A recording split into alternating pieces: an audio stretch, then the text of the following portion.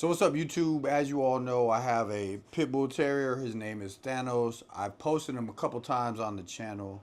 I generally have a barber channel, but I have posted him in the past. And a couple people want to update on him. He's 2 years old, and he'll be 2 years old in October.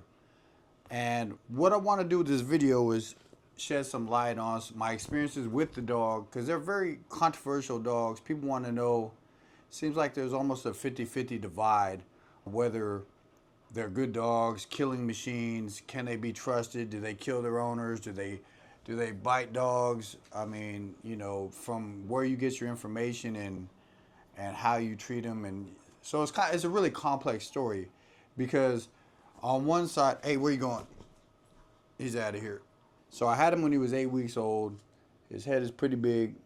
He was 8 weeks old, and I never had a big dog in my life. I always had Yorkshire Terriers, Maltese, very small dogs. People used to make fun of me because I had little dogs. They're like, that's not a real dog.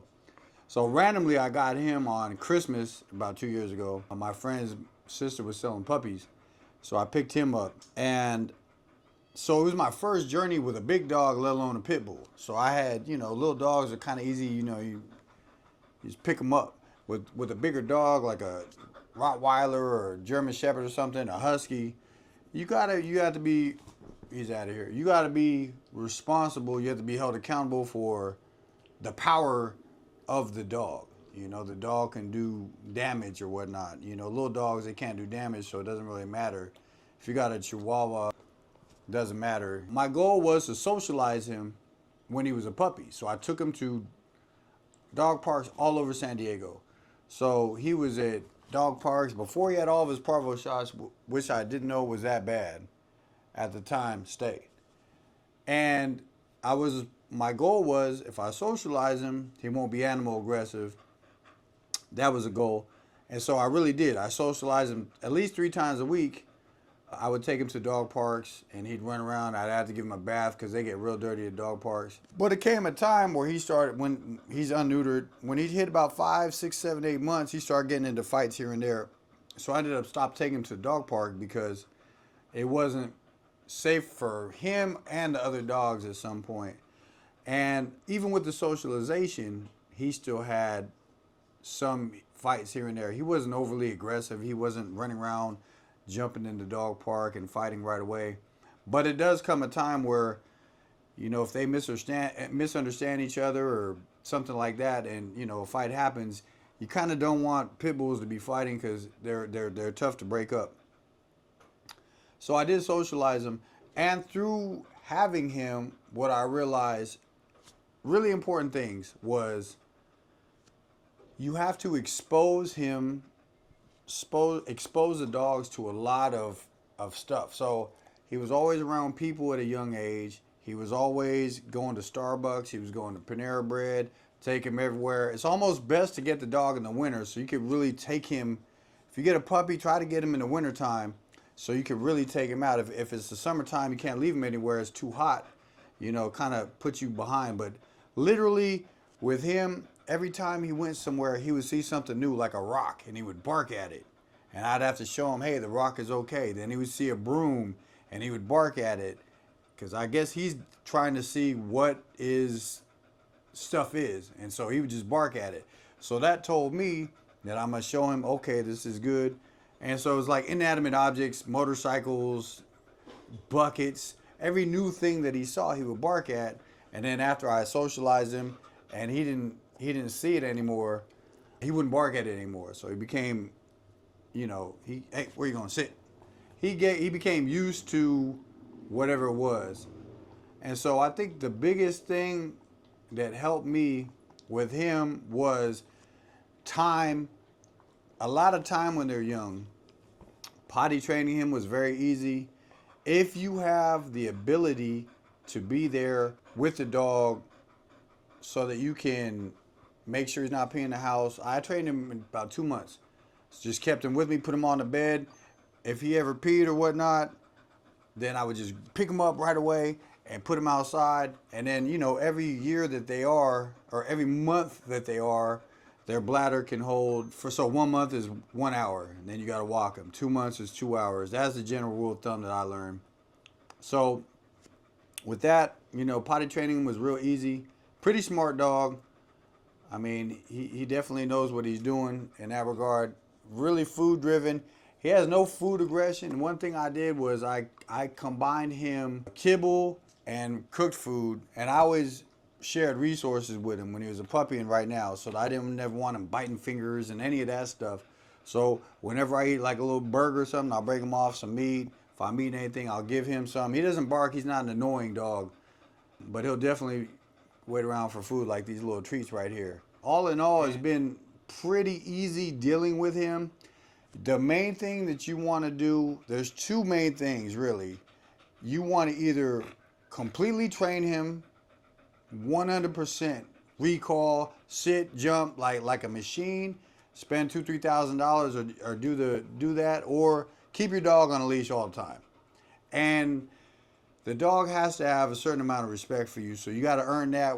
And I don't hit him or nothing like that, and I don't yell at him too much, but I will get his attention. If he goes outside for a walk, he's going to be hyper focused on everything, like almost like Adderall, like a Seahawks football player back in the Legion of Boom. He's just focused. If he sees a cat, he's going to lock onto the cat, and you got to be like, hey, you get his attention, focus back on me, and keep it moving, and just keep him on leashes and socialize them, and that will take you like very far. As far as dog aggression, he's somewhat dog aggressive, but not overly dog aggressive, but he does fight, so he's kind of unpredictable, so I just kind of keep him away from dogs because I don't really want to deal with that. And if you go into their heritage, it's kind of what they are. They're kind of not really good with animals. They're terriers. If you took a Yorkshire Terrier or a Jack Russell Terrier and you threw a rat or something smaller than it, it's going to get it. That's what terriers do. They're kind of, they're bred to kill little things and rodents and stuff like that. And at some point, these dogs were bred to, they had put them in rat pits, and they went to see how many rats they could catch at a time with a timer, which is kind of how they got the Pitbull name. He does have a high prey drive. If you really want to know if your dog has a high prey drive, you can see how he does with a ball. If he chases the ball insistently, take him around somewhere where there are squirrels, and that will really tell you. If he's trying to get all the squirrels, like if you take him around squirrels, it's like Doug from Squirrel. He's insane. So he does have a high prey drive. I mean, that's pretty much any big dog, Akita, husky, anything like that. So you just got to be aware of it and control the situation. So he goes to Starbucks, get pup cups every day. The pit bulls are phenomenal around people. That's one almost crazy misconception, and the fact that they're not even really used too much for security guard dogs as much. You could always leave a dog in the yard and they can get in the roast and all that. But that's where you get into problems. If that dog gets out and he doesn't know anything, then that's like a loaded AK. But if you really socialize your dog, pit bulls love people. The only people I haven't put him around was little tiny kids, just in case he mistakes him as a prey.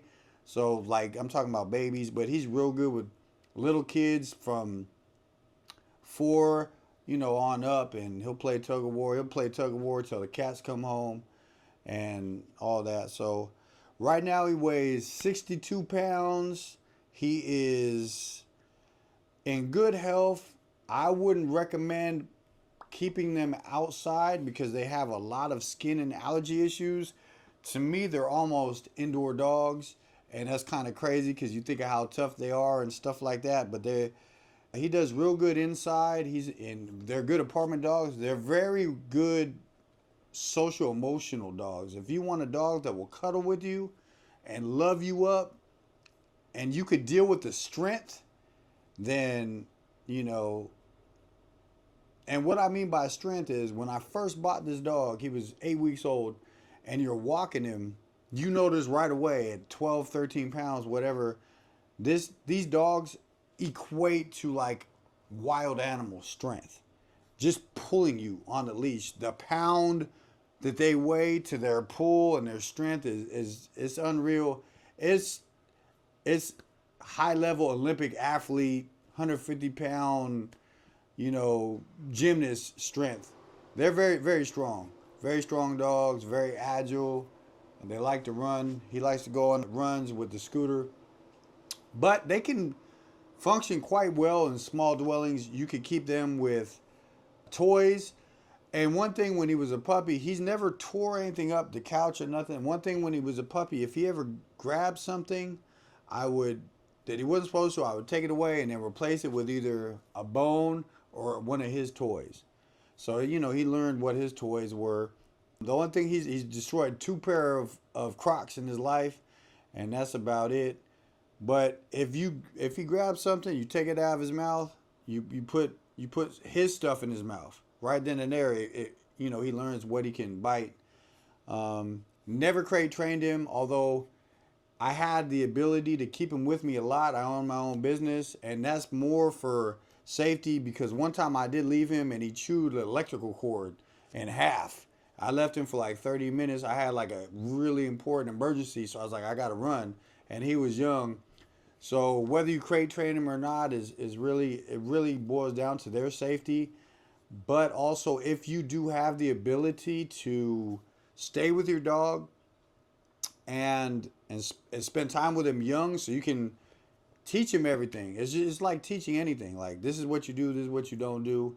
And if you could do that, you don't really need to crate train him because he doesn't destroy anything. Because like I told you, if you spend time with him and just, not negatively reinforce, because I heard personally, I haven't done it, negative reinforcement on these dogs, they're kind of something you don't want to do because if they lose trust or faith in you, it's like a relationship. If you're in an abusive relationship, you decide to leave, well, the dog can't leave. So if he's in an abusive relationship, he only has one way of handling that potentially.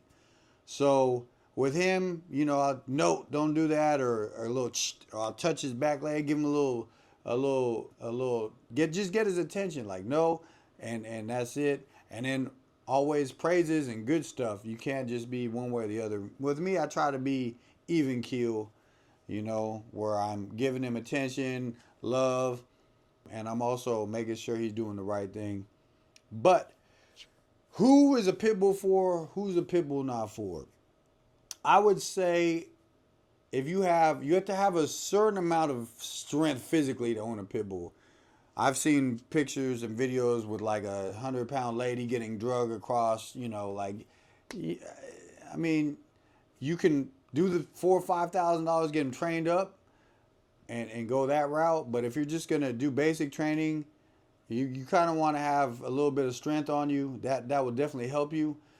And someone that really likes an affectionate dog. They're very affectionate, very emotional dog. So they like a lot of attention, a lot of emotion. They like to be with you. He's right here by my feet. If I go somewhere, he'll follow me around. So there's other dogs that kind of don't really stay close to you. But if you want a dog that's just going to be kind of a lap dog but really big, they're not a bad idea. And I think that's about it, man. To summarize, pit bulls. Okay. And let me also say this. I have seen a lot of pit bulls at dog parks that were perfectly fine. But I did read a Reddit comment from like a professional pit bull trainer.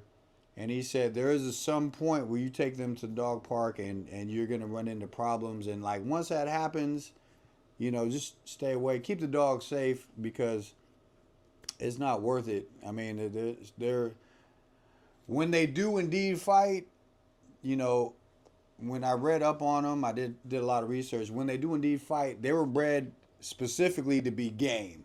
So as another dog will fight for territory or will fight for, just get away from me. When they're fighting, it clicks right away into them. Everything is like dogs instinctually know how to fight. Like we have to learn how to fight. Animals, they got it by nature. And so when it kicks in with them, they're ready to, they're ready to go. And they're pretty relentless. And that's, what they are. So just knowing that, you keep them safe, you keep yourself safe. Never seen aggression towards a human. Never seen a growl towards a human. Nothing like that. There's a couple homeless people he kind of barked at that came close, but he was probably being protective of us maybe. And maybe the fact that they were moving, they're moving a little bit different, something like that will throw them off, and they'll, they're gauging all the time. For me, the way I'm not a professional by any means. The way I equate dogs is they're either thinking I'm fighting or running when stuff hits the fan. Because I remember that saying fight or flight when I was a kid. So you have to know if you put them in a situation like that, they're either gonna run or fight. So with the pit bulls, they don't run too much. I think that's about it. 62 pounds right now. They get between 30 to 60 apparently. I've seen big dogs. I don't know how they got that big. Maybe they're mixed a little bit, but I've seen like 80, 90 pound pit bulls, not bullies. Just gigantic pit bulls. He doesn't do any like creatine or lifting weights or anything like that. He's just a regular dog. Goes around the block, goes to smell stuff. Take him for walks. Oh, I can keep going forever. Neutered or not neutered. My vet told me that there's no reason not to neuter him right now other than the fact that he's going to smell everything when he walks. And if that bothers you, it takes a long time to walk him. So, if you get him neutered, I think he might walk a little just to go pee and smell a little bit less. But when you do any of these things, it's, you take a chance of it not working at all, or you take a chance of, this made an effect. So for me, it's like, as long as he wasn't, the only way I was gonna neuter him is if he was like violent, like he was just running around like a savage. He's a real sweet dog. He don't pay too much of a mind with the dogs walking around. Cats he kind of looks at a little bit tough, so I got to get his attention. And squirrels for sure. He loves squirrels, so I think that's it. Good dog, health-wise, pretty healthy, easy to maintain. Don't got to cut their hair. Their their toenails get clipped if you walk them enough naturally.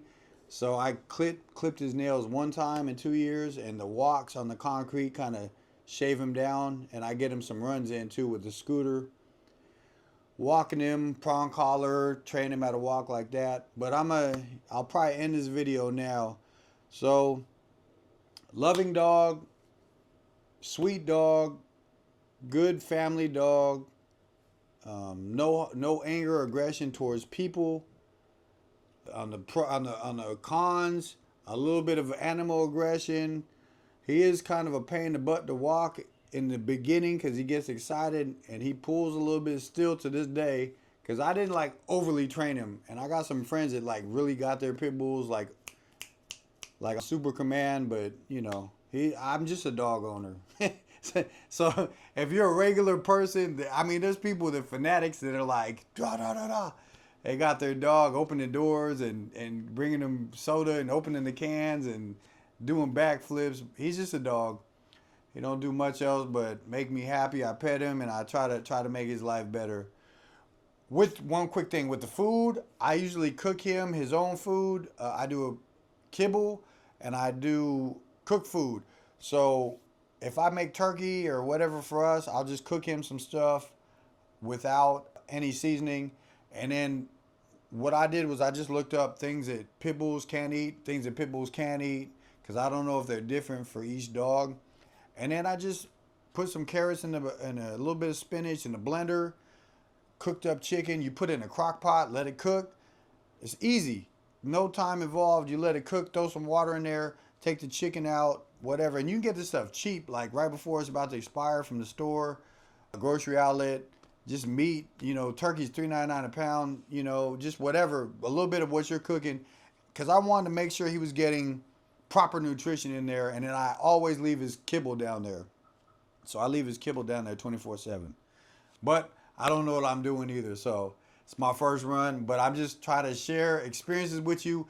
And that's about it. I might make it, if you guys make questions on the video, comments of what I didn't cover, I might make another video and cover all that stuff. So, but this was just like a one shot, try to get it all in and see if it helps anybody. And that's it. Let me get the dog before I leave. Look at that boy. Look at that boy. Look at that boy.